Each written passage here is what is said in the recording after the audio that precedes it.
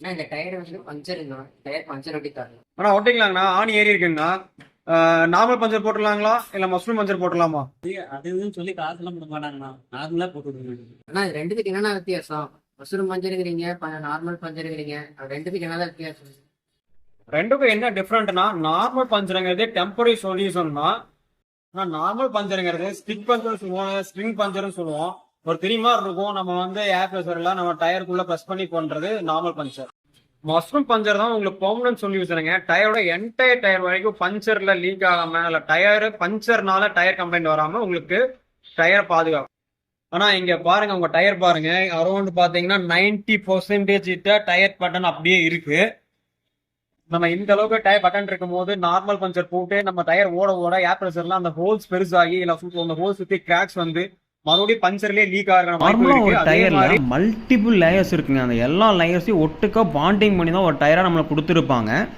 நார்மலாக டயருக்குள்ளே இருக்கிற ஏருங்க high pressure இருக்கிறதுனால மைன்யூட் கேப் கிடைச்சாலும் வெளியே வர பார்க்கும். இப்போ இந்த நார்மல் பஞ்சரில் உள்ளக்குள்ளே கம்ப்ளீட்டாக சீல் ஆகாதனால ஒரு மைன்யூட் கேப் இருந்து அது ஒரு லேயருக்கு அந்த ஏர் பாஸ் ஆக முடிஞ்சால் கூட அந்த ஏர் லேயருக்குள்ளே போயிங்க இந்த பாண்டிங், அந்த லேயரோட பாண்டிங்கை ஓப்பன் பண்ணி ஏர் போய் வெளியே வர முடியாமல் ட்ராப் ஆகிங்க. அந்த டோட்டல் டயரோட இன்டர்னல் ஸ்ட்ரக்சரை ஃபுல்லாக கொலாப்ஸ் பண்ணிடும்.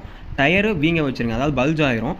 இப்போ அந்த பல்ஜான டயரு லோடு கேரிங் கெப்பாசிட்டி ஃபுல்லாக இழந்துரும். இதனால் அந்த டயர் நம்ம யூஸ் பண்ண முடியாது, பயங்கரமாக வாப்ளிங் வரும், ஏன் பஸ் ஸ்டார் கூட வாய்ப்பு இருக்குங்க. இப்போ இந்த பஞ்சர்னால் இந்த ப்ராப்ளம் ஆனங்காட்டி கண்டிப்பாக உங்களுக்கு வாரண்ட்டி இதனால் கிளைம் கிடைக்காதுங்க. டோட்டலாக அந்த டயரே வேஸ்ட்டாக போயிடும்.